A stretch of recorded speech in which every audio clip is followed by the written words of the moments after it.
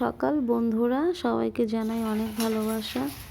তো আজকে চলে এসেছি। তো আজকে হলো বিকালের ভিডিওটা। সকালে এত রান্না বান্না করে খেয়ে দিয়ে আমরা একটু শপিং করতে চলে গেছিলাম। তো আস্তে আস্তে অনেক বেলা হয়ে গেছে। তারপর দুপুরের খাবার খেয়ে টেয়ে তো সবাই পড়তে চলে গেলাম।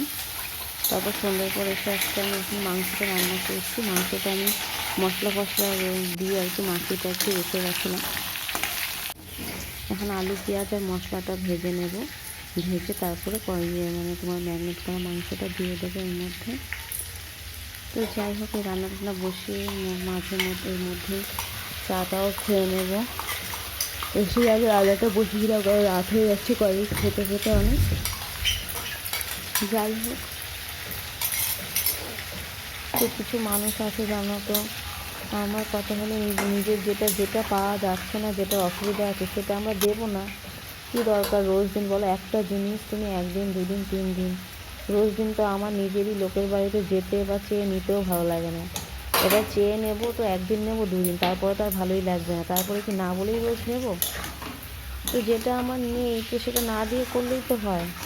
তো সেটা সেরকম করবে না, তারা রোজ দিন নেবে। তো যাই হোক, জানো তো আমার একটা ছোটো একটা বেল গাছ আছে। যে বেল গাছটা বেলপাতা কী সুন্দর সুন্দর করে হয় আর সবাই নিয়ে নেয়।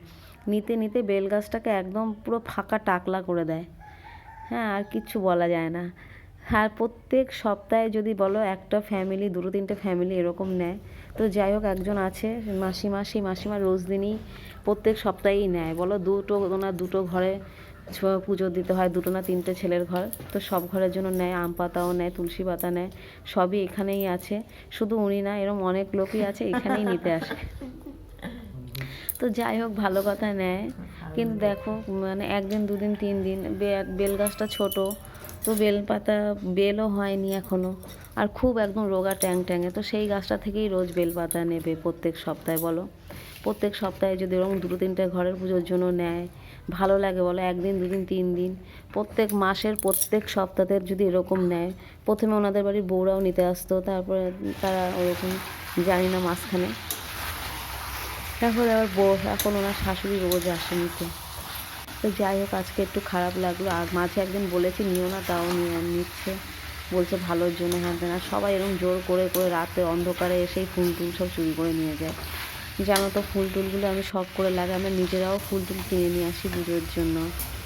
এবার ফুল জিনিস তো শুধু পুজোর জন্য না, আমাদের মনকে সুন্দর করার জন্য, ভালো লাগার জন্য গাছ টাছগুলো লাগাই। তো ওরকম এগুলো সবাই নেয়। এবার দেখো 10 দিন নিচ্ছে, 1 মাস নিচ্ছে, কোনো দিন বলবে না যে ভালো বা নিচ্ছে। এবার একদিন যে বলে ফেললাম যে নিও না, ব্যাস খুব খারাপ হয়ে গেলাম। যাই হোক, এরকমটাই হয়, এরকমটাই বোধহয় হয় সবার সঙ্গে।